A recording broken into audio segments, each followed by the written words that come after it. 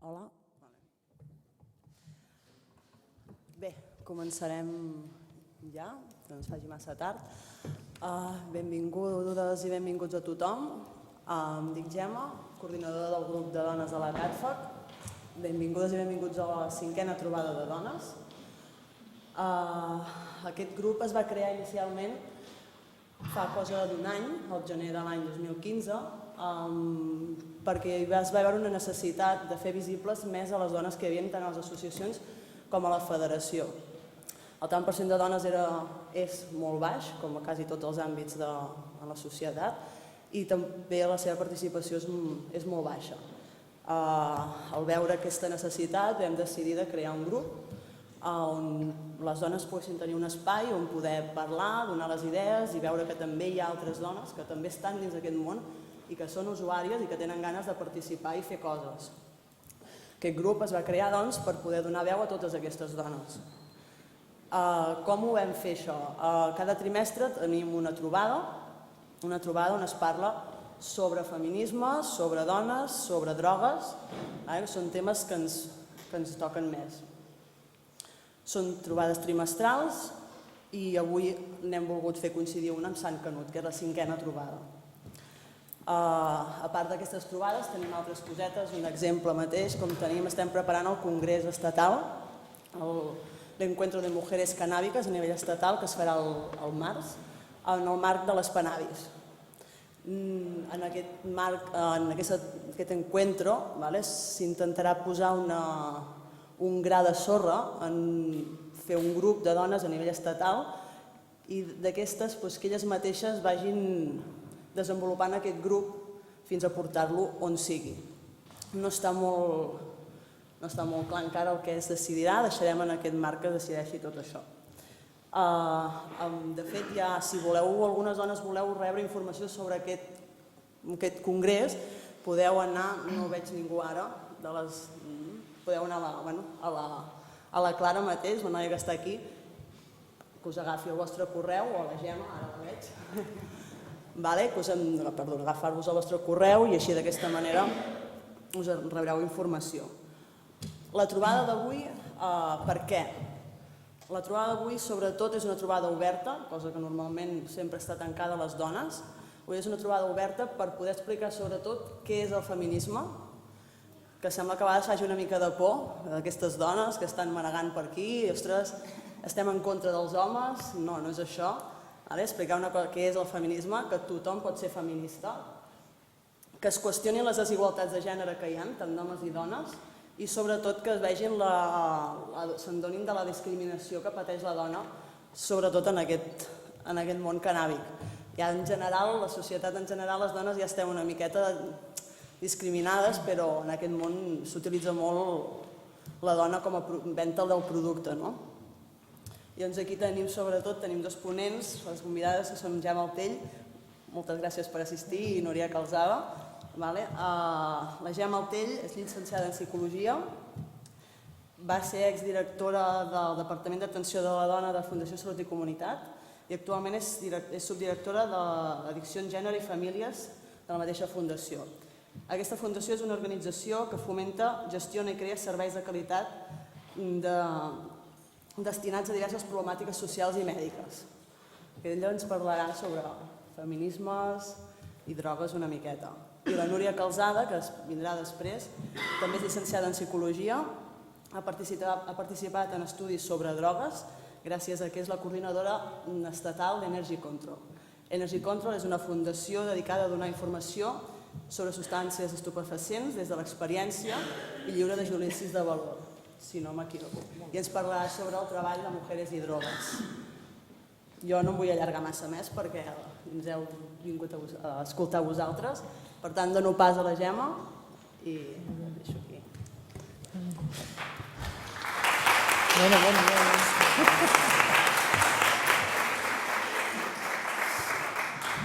Bé, bona tarda, una mica tarda vespre ja. Donar-vos moltes gràcies per la invitació. La veritat és que ha constat una vegada més la capacitat de les dones d'organitzar-nos, sobretot en àmbits que no són majoritàriament de dones. Jo porto anys aprenent sobre el tema de les dones i les drogues i com més temps passa, més me n'adono de la necessitat de parlar d'aquest tema, perquè les dones que consumeixen o que consumim drogues seguim estan transgredint un model social i per tant posa en qüestió la societat en general i crec que és apassionant abordar aquesta qüestió. Per què cal parlar d'aquest tema? A mi em sembla una obvietat, sobretot em sembla una obvietat des de la perspectiva feminista, però bé, entenc que potser cal recordar-ho una mica. La incorporació de la perspectiva de gènere és necessària en qualsevol dels àmbits de la nostra societat, vull dir, no n'hi ha cap que estigui absent d'aquesta mirada de gènere o que calgui incorporar la mirada de gènere perquè falta a tot arreu. Com us deia, en l'àmbit de drogues jo diria que és especialment rellevant, precisament per al paper que juguem nosaltres o que voldríem jugar-hi.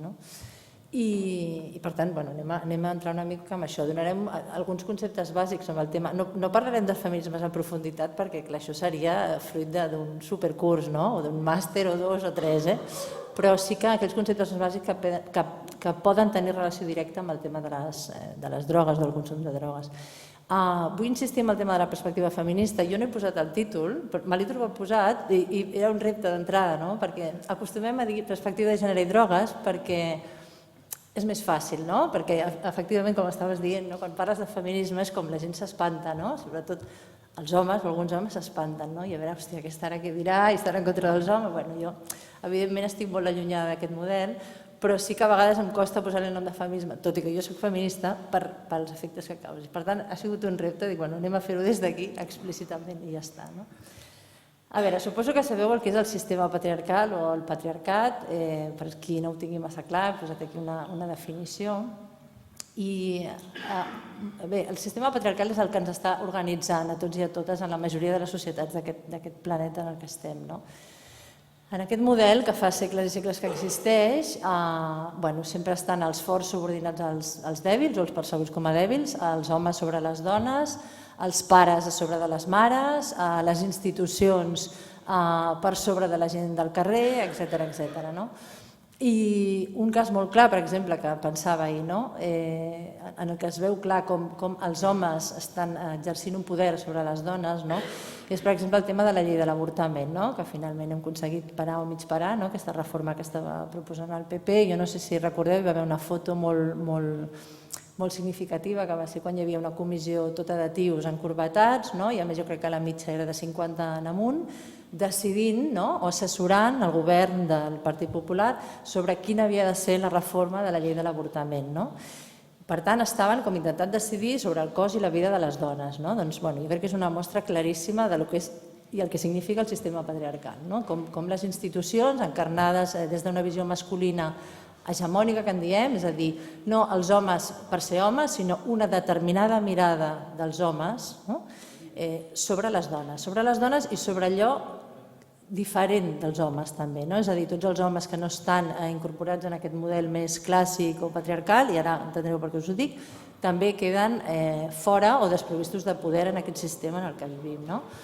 Llavors aquí a mi em sembla que hi ha elements comuns entre el feminisme o la situació de les dones i també en els moviments, el moviment cannàbic en aquest cas, els moviments que volen regular el consum de drogues. Clar, el sistema, hi ha un menysteniment cap a la mirada de les dones en general i per altra banda, en la qüestió que tingui a veure amb el consum de drogues, hi ha una aproximació moralista, prohibicionista respecte a aquest tema. O sigui, jo crec que aquí hi ha una mirada comuna de totes dues coses. Hi ha estereotips sobre les dones, des d'aquesta mirada, i també hi ha estereotips sobre les persones que consumeixen drogues. I això ens fa perdre credibilitat. A les dones ens fa perdre credibilitat i a la gent que consumeix drogues també li fa perdre credibilitat des de la mirada externa. I ens posa en una posició d'indefensió, el moviment feminista, i posa una posició d'indefensió des de tota la lluita del moviment social que pretén la regulació de les drogues. Llavors, jo crec que aquesta és una qüestió a reflexionar, perquè anirem evolucionant amb el que us aniré explicant, però que crec que està bé tenir en compte que potser són dues lluites que tenen elements comuns i que potser cal mirar-ho des d'aquí, des de què sumem i no què restem. I que si restem estem perdent segurament potenciant. Un altre element important que ha incorporat la mirada feminista, un concepte bàsic, és el tema del sistema sexe-gènere, i em disculpo perquè ja se sàpiga molt tots aquests temes, però necessito introduir-los perquè si no potser no queda clar. El sistema sexe-gènere és aquest que ens divideix a tots i a totes en dues categories, homes i dones, categories tancades, són determinades d'una manera, què se suposa que han de ser els homes, què se suposa que han de ser les dones, i que a més dona a tot allò que és masculí o a la categoria masculina un poder per sobre de les dones, i per tant deixa les dones en una situació de submissió. Aclareixo amb això que això és una mirada hegemònica que té a veure amb un model d'home també, és a dir, els homes que estan transgredint o bé per la seva orientació sexual o perquè no responen al model social aquest patriarcal imperant, també estan fora del sistema, vull dir que també està repercutint sobre els homes. Aquesta desigualtat que es dona entre uns i altres, com sabeu, implica violència o violències, jo diria, tot el que anomenem violències masclistes, que són de diferents tipus i tenen manifestacions molt diverses.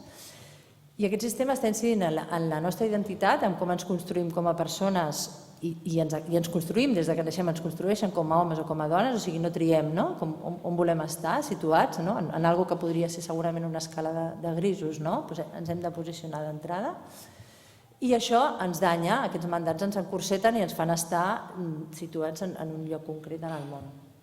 Llavors, quan no incorporem aquesta perspectiva de gènere i posem en qüestió tot això, ho reproduïm. I això es pot reproduir des del sistema productiu i les empreses, també des del sistema polític, però també des dels moviments socials. I a vegades això és un tabú, a vegades és un tabú parlar de com es reprodueixen estructures patriarcals també en els moviments socials. Jo aquí, no connectant el moviment cannàbic com per fer-ne un judici, i tampoc ho faria perquè no està en la meva manera de funcionar, però sí que encenc una llum d'alerta amb algunes coses que potser estan passant i que caldria tenir en compte per no entrar a reproduir justament això, que crec que és una de les lluites que haurien d'haver. Aquí us poso exemples per qui no hagi reflexionat massa sobre això, exemples molt il·lustratius en el llenguatge de com està menys tingut o menys valorat la figura femenina i com es veu. Teniu aquí algunes aquestes típiques, aquestes són les més típiques, el zorro-zorra, les diferències de significat i de valor que té en el llenguatge, estàs com un toro, estàs com una vaca, home públic, dona pública, la diferent significació d'una cosa i l'altra. Això és collonut, això és un cunyàs, aquesta és fantàstica, perquè això ho utilitzem amb tota la naturalitat sense saber què diem. I aquest és soltero de oro, solterona, que també quan fem cursos sobre aquests temes ens adonem que la gent més jove hi ha algunes paraules que ja no les utilitza i per tant no les coneix, però són coses que tradicionalment ens van empapant d'aquesta mirada patriarcal. Com afecta això en l'activisme i en el consum de drogues, en les dones? El consum de drogues històricament s'ha considerat bàsicament masculí, hi ha hagut una mirada masculina sobre això, i per tant l'experiència masculina és la que es considera norma, i en aquest sentit, davant dels consums de les dones, estan visibilitzades com si fossin una excepció. El consum de drogues, en el cas dels homes, malgrat ser una transgressió social, aquest sistema imperant, prohibicionista, etc., intentaré poder explicar això ràpid i que s'entengui, perquè si no, potser no esteu d'acord, però heu d'agafar un marc global, pensant en la societat en general. Els homes, quan transgredeixen, no són tan mal vistos com les dones quan transgredeixen, perquè està dintre de l'estereotip masculí, ser aventurer, transgressor, etc., està associat a fortalesa, valentia, etc., i per tant té una mirada sempre molt indulgent, molt més indulgent que cap a les dones, des de la societat. Les dones sempre són considerades l'excepció a la norma i solen estar en minoria. Això ja les col·loca especialment en una posició de debilitat major. En una mirada de gènere tradicional, les dones consumidores estan transgredint tres dels rols bàsics que ara no em puc entretenir a explicar-vos, però confieu en el que us dic, que és Els rols, perquè, clar, fixeu-vos, després parlarem una mica dels espais recreatius, però si anem una mica més amunt i fem una mirada més general, els 3 rols bàsics assignats a la dona a la societat són els d'esposa, mare i filla. O sigui, aquests són els més prevalents.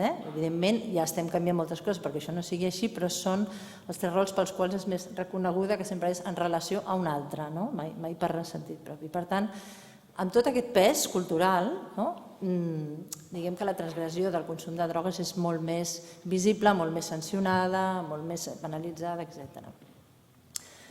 Un altre concepte que també està molt relacionat amb això que us deia ara, i també que ha estat acunyat pel feminisme, és l'androcentrisme, que és aquell pensament que diguéssim que hegemonitza el pensament masculí tradicional com aquell que té valor, com aquell que té valor i com el que és considerat normal. Tot el que no és aquesta mirada és el que se surt, és a dir, és el contrari a la diversitat, és entendre que aquesta mirada androcèntrica és el que preval sobre totes les altres. Qualsevol cosa diferent és inadequada. I això que sembla molt conceptual al final està traduït en el dia a dia i en coses molt concretes. Per tant, aquest concepte invisibilitza qualsevol altra visió que sigui diferent. Un exemple d'androcentrisme, no cal que us llegiu en detall, les definicions de la RAE, de la Real Acadèmia d'home i de dona, no cal que ho llegiu tot, però home, ser animado racional, varón o mujer, vull dir, clar, nosaltres ja somos hombres, no? Les mujeres somos hombres, no? Després, igual somos persones i aquestes coses, però d'entrada somos hombres. I potser rieu, però és que a dia d'avui, en la majoria de contextes, el tema del llenguatge no sexista és que és molt discutit, no? Perquè és com, però per què ens hem de complicar la vida posant les arrobes, dient-los las i tot això? Però si ja tots ens entenem, no? Llavors hi ha una invisibilització sistemàtica de les dones. Això és androcentrisme puro i duro, no? Que és dir, lo normal és dir los hombres i ja ens entenem tots. Jo suposo, la Núria que també té fills, no sé si ho ha observat ja i si no ho observarà ben aviat. Jo tinc 2 filles, més grans que els seus, i us dic que els nens i les nenes, fins a una edat, quan els hi parles en masculí no se senten reconegudes les nenes. O sigui, les nenes quan diuen ara nens podeu sortir al pati i les nenes pregunten, i això ho he vist directament amb les meves pròpies filles i ho he vist en espais escolars, les nenes pregunten, nosaltres també sortim al pati? Hi ha un moment en què ja deixen de preguntar-ho, perquè ja han incorporat aquest androcentrisme, l'han incorporat. La socialització de gènere s'ha fet tan potent que ja han deixat de sentir-ho així, però no és de rebut, sinó que és una cosa que hem anat construint així, invisibilitzant. Què passa amb aquesta mirada androcèntrica en el consum de drogues? Bé, que provoca una estigmatització de les dones per certs comportaments que es desvien del model de dona. Llavors això passa factura a la seva feminitat. Què vol dir que passa factura? Doncs que o bé pot ser considerada una dona masculina o pot ser, se li poden atribuir diversos estereotips, que no us vull posar exemples perquè ara sortiran, de característiques negatives que se'ls associa pel fet de ser dones consumidores, perquè se surten de la norma del que s'esperaria d'elles. Clar, per altra banda, assumir comportaments masculins en aquesta societat és valorat.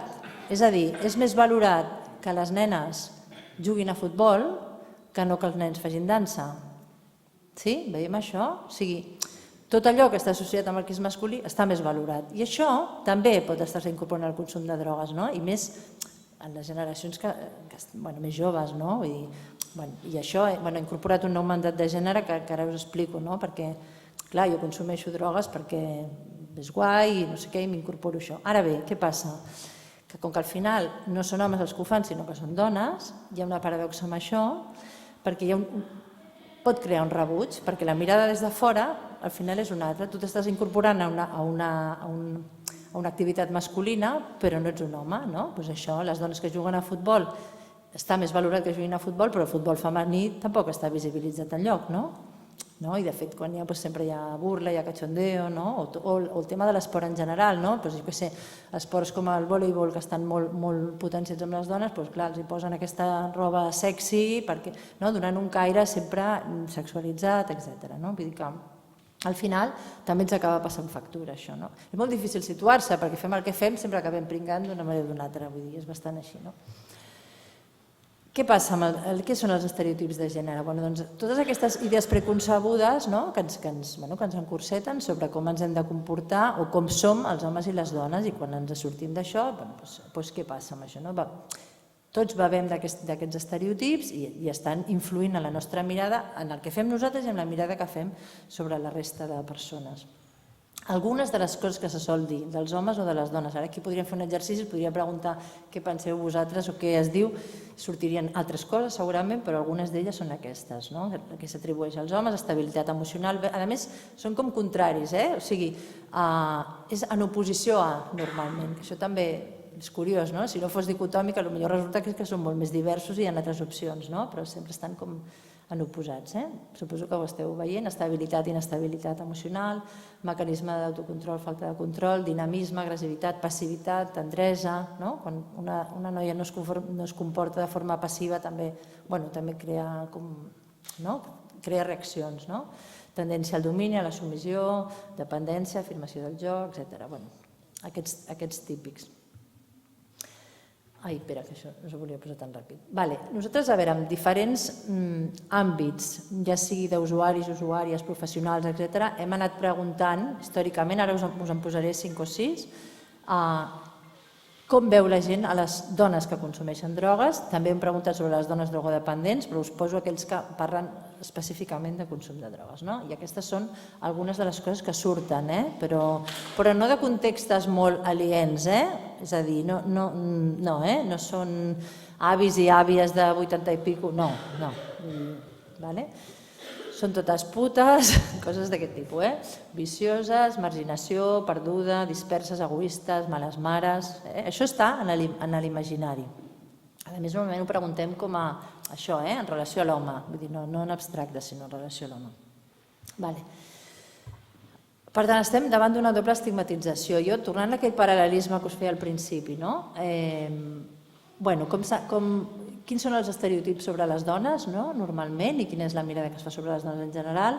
Per altra banda, teniu quins són els estereotips sobre les persones consumidores de drogues, que també hi ha molts estereotips negatius, com sabeu, i en relació a aquesta falta de credibilitat, de vegades, que tenim uns i altres. I clar, al mig tenim les dones consumidores de drogues, que és que, clar, s'estan veient estereotipades per les dues bandes. I crec que és important que veieu la dificultat afegida de les dones en aquest àmbit.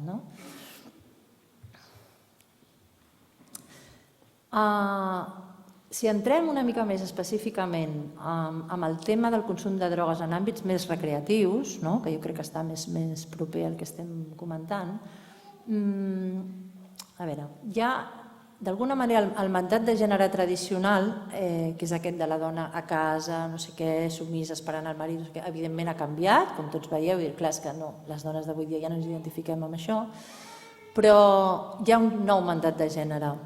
O sigui, el sistema patriarcal el que fa no és desaparèixer, sinó que es va transformant. És camaleònic i va trobant les noves formes de recol·locar-se per seguir existint. I aquí és on hem d'estar alerta, perquè són això que igual heu sentit anomenar els neomasclismes i aquestes qüestions, les noves mirades masclistes que aparentment no són masclistes però que també ho són i que hem d'estar molt alerta perquè si no sembla que ja no hi siguin, que ja no som com les nostres àvies i per tant hi ha coses que les tenim superades. I de fet, quan fas, per exemple, passes qüestionaris o així a xavals joves a instituts, te n'adones que moltes de les noies i els nois ja no identifiquen que calgui fer una tasca en pro de la igualtat, perquè ja no cal, perquè ja està assolida la igualtat. No, la igualtat no està assolida, però hem fet aquest canvi que sembla que ja tinguem tot superat. Llavors, que les dones joves consumeixin com els homes en espais d'oci nocturn no significa que aquestes dones estiguin a dia d'avui transgredint la pauta de feminitat, perquè segurament forma part de la pauta de feminitat de les dones més joves, i quan dic joves ho faig amb un concepte ampli de la paraula joves. No, m'ho dic a mi també, que soc bastant més aquest. Les joves, menors de 50, podem dir, per deixar joves, superjoves. Clar, vull dir, hi ha un nou mandat de la feminitat que incorpora ser supermodernes, i aquest ser supermodernes pot incloure consumir drogues, no sempre, però ho pot incloure. Però és que això representa un nou mandat d'una nova identitat femenina hegemònica, també. Perquè, clar, al final després, la mirada que es fa sobre aquest consum... També podem parlar de sexualitat, que parlarem una mica, però no aprofundiré molt. Al final, en els contextos de consum, no som iguals. No som iguals i no se'ns mira igual i no ens passen les mateixes coses. I un exemple concret, que igual alguns de vosaltres m'heu sentit parlar alguna altra vegada i que no aprofundirem molt, és el tema de la violència sexual, per exemple. O sigui, la situació o la probabilitat de rebre violència sexual en entorns d'oci de les dones i dels homes és absolutament diferent. Per tant, això vol dir alguna cosa, no? O sigui, iguals no som. La mirada que es fa sobre el grau de vulnerabilitat, diguéssim, o d'accessibilitat d'una dona quan ha consumit drogues en un espai d'oci és molt diferent a la d'un home. Amb això no estic responsabilitzant el consum de drogues, estic parlant justament de la mirada des de fora que fa pensar que quan una dona ha consumit és més accessible sexualment. Insisteixo que no estic responsabilitzant la droga perquè cap droga no és responsable d'això, sinó és la mirada que fem sobre això.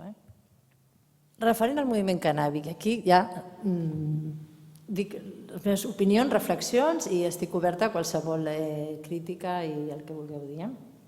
Jo crec que aquí hi ha una doble relació amb la substància, no? O sigui, clar, jo quan estava pensant en venir avui aquí pensava que aquí estem parlant de dues coses diferents, no? Una cosa és el consum i l'altra és l'activisme, no? I la lluita, diguéssim, el moviment, no? Clar, a mi em sembla que hi ha poc reconeixement social de la part política activista en les dones. Això crec que hauria de ser un tema a potenciar, no? Més dones que estiguin liderant això. Per això us deia a l'inici que està molt bé que hi hagi aquest grup organitzat i que vagi a més i tal, perquè realment va d'això. I també poca visibilització del consum, perquè segueix havent aquest estigma, aquests estereotips de les dones consumidores. Segur que n'hi ha moltes més de les que apareixen o de les que coneixeu i tal, però no emergeix perquè la mirada segueix sent una. Clar, els altaveus, diguéssim, continuen estant en mans d'un mercat androcèntric que decideix quina imatge es vol vendre i transmetre de les dones consumidores. Ja tinc clar que el negoci, diguéssim, i el moviment no és el mateix, però aquí és on s'ha de vigilar potser perquè és que, clar, la imatge s'està donant des de la part més del negoci, no? Llavors, caldrà veure què es fa amb això, no? Per exemple, una de les coses que surten força, el tema de l'embaràs i cànnabis, des d'una mirada molt culpabilitzadora cap a les dones, justament estàveu comentant això, les situa en un lloc concret de les dones en això, o el tema dels riscos de les detencions, o justament el que comentava la Núria abans, quin rol juguen les dones amb el tema de les drogues, sempre no, però moltes vegades subordinades a... Moltes de les dones que estan en presó, per exemple, per temes de drogues, són perquè vinculada a una relació de parella han fet un favor, diguéssim, a la seva parella i acaben portant la substància en viatges, el que sigui, i acaben entrant a presó per una situació que no ve determinada per elles específicament. Vull dir, totes aquestes coses que estan passant. I fins aquí. Moltes gràcies.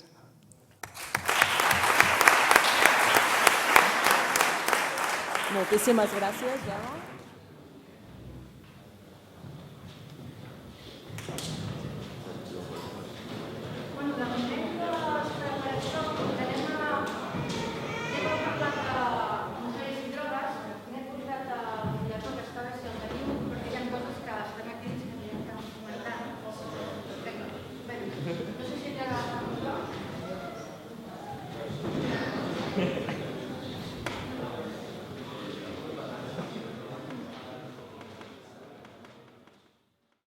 Jo us vinc a explicar una de les experiències que hem tingut amb el tema de dones, diguéssim, d'experiències dirigides directament a dones.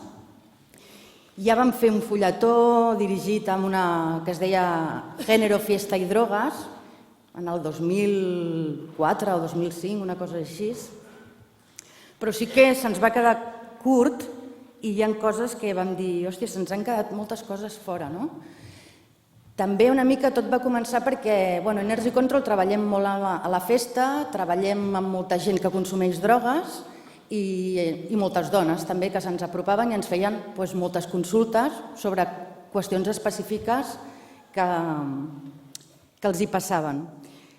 Per exemple, en temes de la droga, sí que de consum de drogues i la regla, sí que sempre formulàvem les preguntes de què penses tu d'això en general i si això et passa a tu personalment, no? Els hi demanàvem, quan tens la regla, prens precaucions?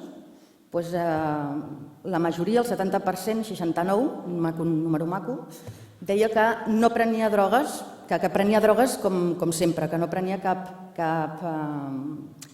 precaució especial. Mentre que un 24% deia que sí, que era més prudent, i un 7% deia que no consumia perquè li sentaven fatal. Quan tenia la regla, doncs que no. Penses que les dones en general, quan tenen la regla, haurien de prendre precaucions especials? Doncs sembla que la meitat estava dividit. La meitat pensa que sí i l'altra meitat pensa que no. Com ho van presentar això amb el fulletó que teníeu a les mans? Doncs això, no? La situació d'abans de sortir de festa, 3 noies després d'un sopar, que estan bevent, estan fumant, li passen la caladeta i li diu, hòstia, mira, quasi que porros no perquè ens senten malament. I avisaven que hi havia dones que no els hi sentava bé i que es tractava d'adaptar el consum al teu moment, sigui quin sigui. També els hi dèiem, en general, persisteix la idea que entre consumidors que és més segur que les dones guardin les drogues que els homes, perquè està clar que hi ha més policies homes i no tantes dones, i a les dones ens han de registrar les policies dones. I per tant, si li semblava que això passava, que estava aquesta idea. Veieu que el formatge està molt distribuït, però sí que si els dèiem, i a ti t'ha passat personalment que algun col·lega o la teva parella t'ha demanat que portis, hòstia, un control, corre, amaga, o tu a les tetes que allà no t'ho busquen, què tal, no? Doncs sembla que sí, que la meitat de les dones en algun moment els hem demanat. No sabem si ho han acabat portant, sí o no, però sí que sabem que hi ha dones que ens han trucat i hòstia, m'han fotut un puro, una sanció i no consumia, ni tan sols les vaig guardar perquè estàvem en un cotxe, control, corre i mala sort. I així és com ho vam exposar en el material. Guárdalo cari, guárdalo cari por si nos para. I l'altre que li diu que no flipis, que si a més no consumeixo, per què m'he de menjar jo una sanció administrativa? Però sí que vam veure que era un tema rellevant, lo suficientment. Penseu que a l'enquesta la van respondre més de 600 dones en l'àmbit estatal. Vull dir que era un número força maco, de dones entre 18 i 35 anys, la gran majoria consumidores d'alcohol i d'altres drogues, i que per tant que tenien experiència. Els dèiem, en general, el consum de drogues pot arribar a inhibir o a relativitzar la importància de les pràctiques sexuals. Entre una mica d'acord, bastant d'acord, que la gent més o menys té l'acord que sí, que si et passes amb l'alcohol o amb altres drogues, pots perdre una mica l'oremus i el que en un moment de sòbrio no faries, en aquell moment potser que et deixes emportar més per l'emoció del moment. I els hi preguntàvem, i tu sota els efectes de les drogues has tingut pràctiques sexuals no segures? No segures vol dir no utilitzar el condó. Doncs veiem que sí, que és algo també habitual. El 65% de les dones diuen que en algun moment no han utilitzat el condó sota els efectes de les drogues. Dímelo. Bueno, esto era un estudio de mujeres, para recoger información de mujeres, qué les pasaba a ellas, conocer qué era lo relevante y transmitirlo en un folleto a otras mujeres. Aquest, que és una graduació, diguéssim, d'assetjament sexual, que és utilitat, el vaig treure de la Fundació Salut i Comunitat, una mica se li preguntava, en contexto de fiesta, ¿has sufrido alguna de estas situaciones? Gestos o miradas obscenas, pues ya veieu, un 68%, insinuaciones incòmodes també, tocamientos no deseados, pues un 45%, converses intimidadores, un 34% gairebé. Com veieu, l'assetjament és una cosa habitual a la nit entre les dones. En algun moment o altre, a la nit, una dona s'ha sentit assetjada per un home. Si ja parlem d'agressions sexuals, de violacions, la cosa disminueix i ens anem a un 2,9 i si juntem el 3,8, perquè aquí també hi havia una mica de què s'entenia per agressió sexual o no, i hi havia dones que consideraven que rebre una pressió per realitzar els actes sexuals, això ja Era una agressió sexual, era una violació, tot i que no s'hagués acabat finalitzant la situació. I un 15% sí que ens deia que no havia patit mai cap de les situacions anteriors, però sembla ser, per les dades, que és una cosa habitual. Com ho vam manifestar? Si veieu el fulletó, hi ha una part que és la invasión del baboso, un tío que aparece, que viene Saturno, con las babas. I en el procés creatiu vam col·laborar amb la Míriam, que és una tipa que va fer tots els dibuixos de la Cenicienta que no quería comer perdices, un cuento que us recomiendo, que està molt bé, i va ser molt maco treballar amb ella. Però sí també no vol dir que sempre la vam encertar la primera i, per exemple, per tractar aquest tema ens va fer aquesta proposta del típic que et ve i et diu que te vienes a hacer unas rayas al lavabo i la tia li deia, hòstia, doncs va ser que no, però amb aquesta cara de por que no ens va agradar, ¿no? Vam dir, ¿y por qué se siente intimidada? Tiene que ser una tía valiente y tiene que decir, oye, tío, no flipes, ¿no? ¿Qué te piensas? ¿Me invitas a una raya y me voy a bajar las bragas? Pues no. I sí que vam anar volent, canviant, algunes propostes que ens en arribaven i que dèiem, donem-li l'altre toc, el toc més enllà. Això va passar amb aquesta vinyeta i també amb la vinyeta sexual, la de relacions sexuals, que també teniu al fulletó, que diu... La primera proposta, és que no la tinc aquí, però sí que deia una cosa així com que, mira, oye, que condón, no tengo condón, ¿no? Lo hacemos sin condón o tal. I l'altre li deia... Espera, com era el tema? Teniu aquí el fulletó,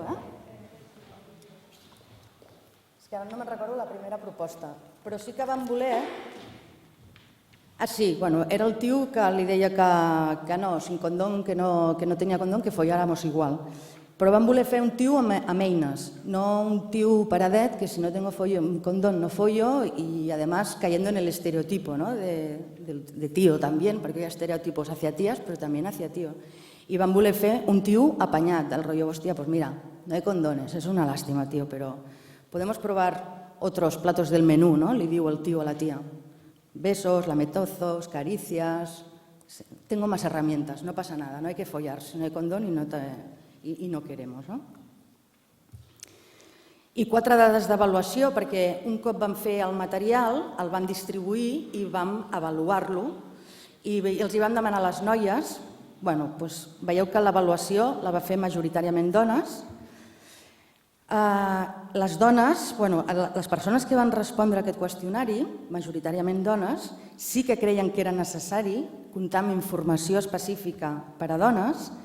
També creien, en un 71%, que aportava informació nova, que aportava també informació útil per a les dones. La majoria recomanaria a una altra persona que mirés el fulletó i també les qüestions de disseny i el grau de satisfacció i tal també va ser alt. En tot cas, també vam rebre algunes crítiques puntuals, però que també hi eren i que les vam incorporar, les vam tenir en compte. Sí, per exemple, i si nos enrollamos con una chica, què? Clar, és un tema que no surt mai. I a l'enquesta que vam fer a l'inici, quan parlàvem i preguntàvem sobre pràctiques sexuals, ¿has utilizado el condón?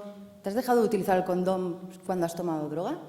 Y ya nos salió alguna del rollo. No lo he utilizado, pero ¿por qué no lo necesito? Porque yo follo con tías y tal. Hostia, pues es verdad, no habíamos caído en eso, ¿no?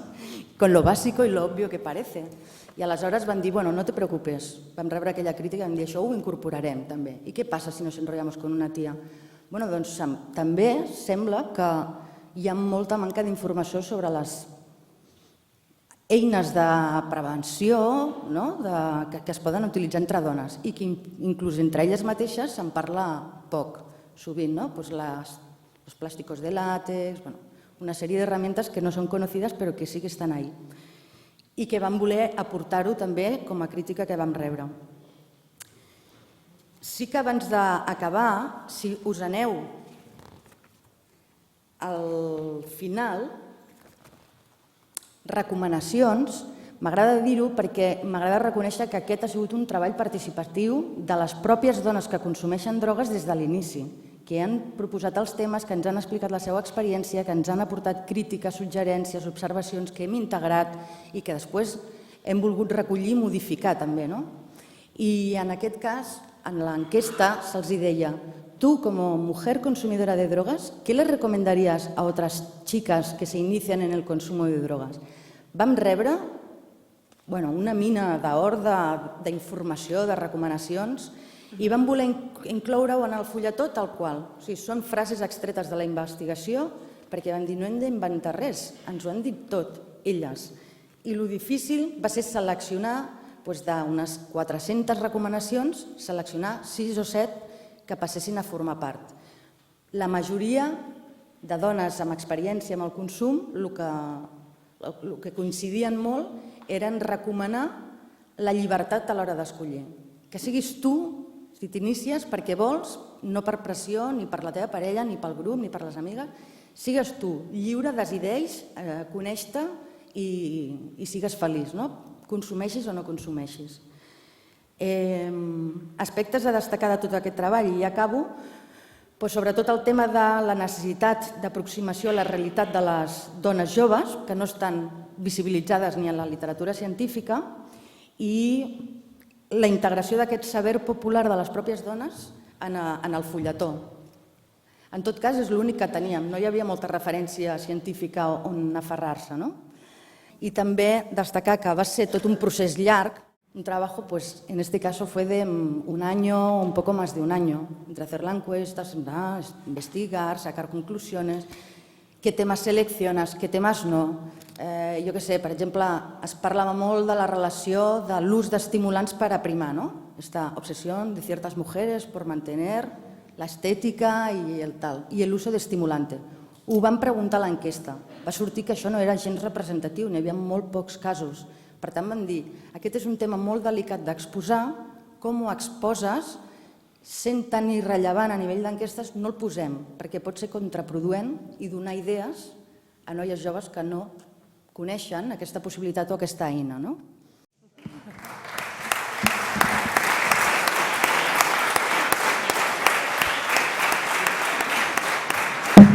Bé, doncs si no hi ha més preguntes, gràcies a totes i tots per venir a escoltar-nos. Moltes gràcies a vosaltres, Gemma i Núria, per aquesta xerrada. I ens trobem ara al concert, que en tenim moltes ganes tots segur.